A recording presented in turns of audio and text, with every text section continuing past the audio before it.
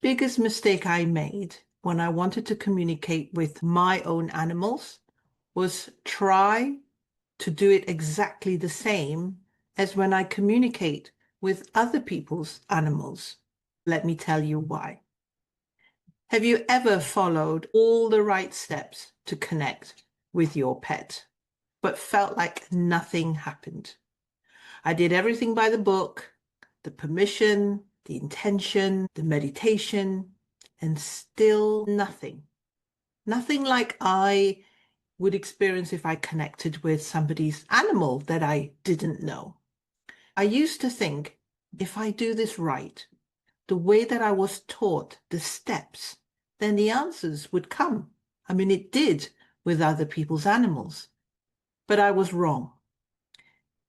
It wasn't about doing right. It was about being present and also understanding that the way I approach my own animals needs to be different to the way that I approach animals of other people. And this realization changed everything. So you see, in the early days of my animal communication, I treated the process like a checklist, really. I would ask for permission with my own animals. I would set the intention. I would meditate. And then I would expect answers to just flow in. Because communication was about asking questions and getting messages, right? That's what I do with other people's animals. Often it's about making sure that I ask them the questions that their person has given me. And often we will say to the animals, do you have any messages for your person? I tried to do exactly the same with my own, but I kept hitting blocks.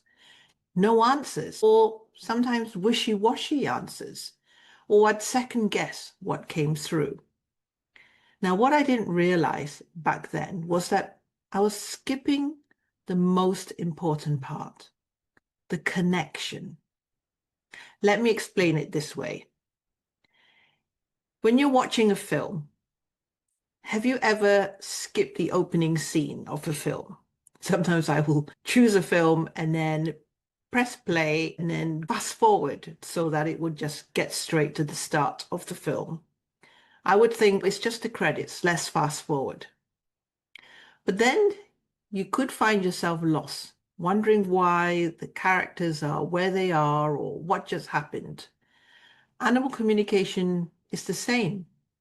You see, connection is the opening sequence. It sets the tone, builds the presence, and lets the communication begin.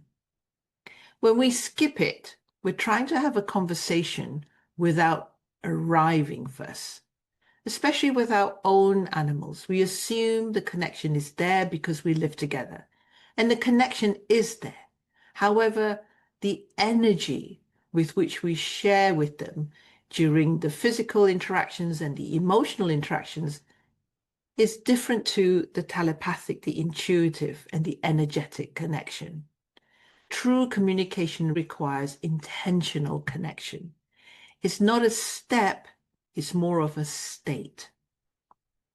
So here's what I teach now and what I invite you to practice. We begin with the connection. Don't rush into asking questions. We're so keen with our own animals because in that moment we see something or is an issue that we're concerned about. We go straight into wanting to know why and what's going on. So work towards establishing this shared energetic, intuitive connection, which, like I say, is often lost in our day-to-day with them because we're so much more aware of the physical connection and the emotional connection. Spend time feeling your animal's presence, even breathing together, tuning into their energy. You don't have to sit still to do this. You can be out on a walk. You could be observing them as they bask in the sunlight on the windowsill, or you could be out in the field with your horse. Let the conversation arrive from a place of stillness, not pushing, not trying, removing your agenda. Just for a moment, forget about the questions that you want to ask them.